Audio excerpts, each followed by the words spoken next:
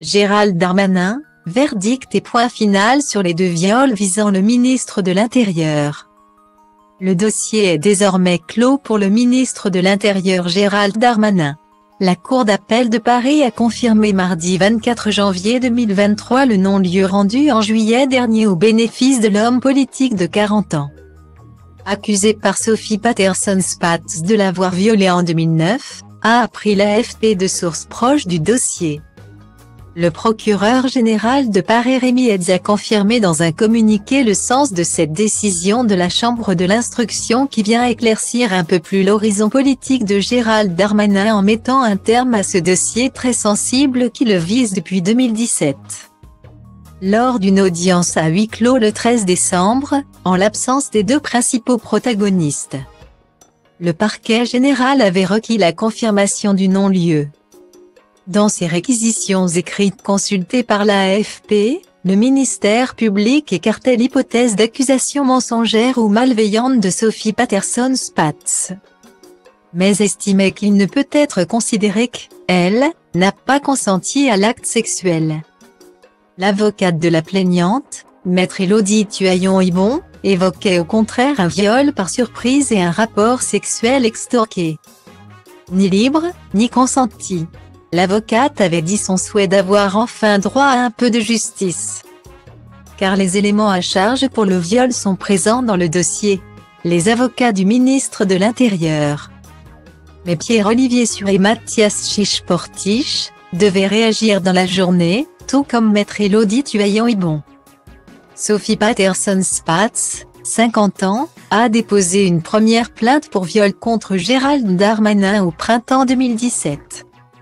Pour des faits qui se seraient produits à Paris en 2009.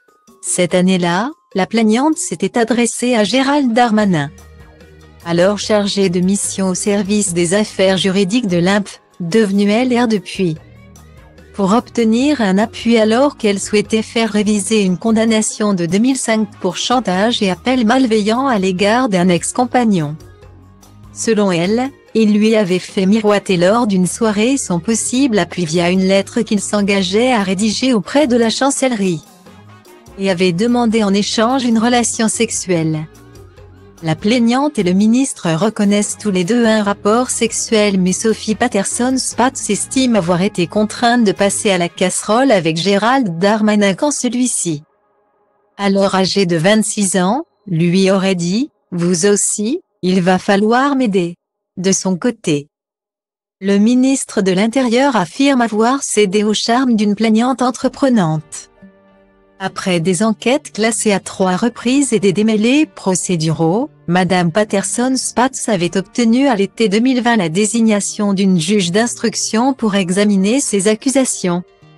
Gérald Darmanin, désormais père de Maximilien et Alec, né de son mariage avec Rosemarie de Villers, avait été placé sous le statut intermédiaire de témoin assisté fin 2020.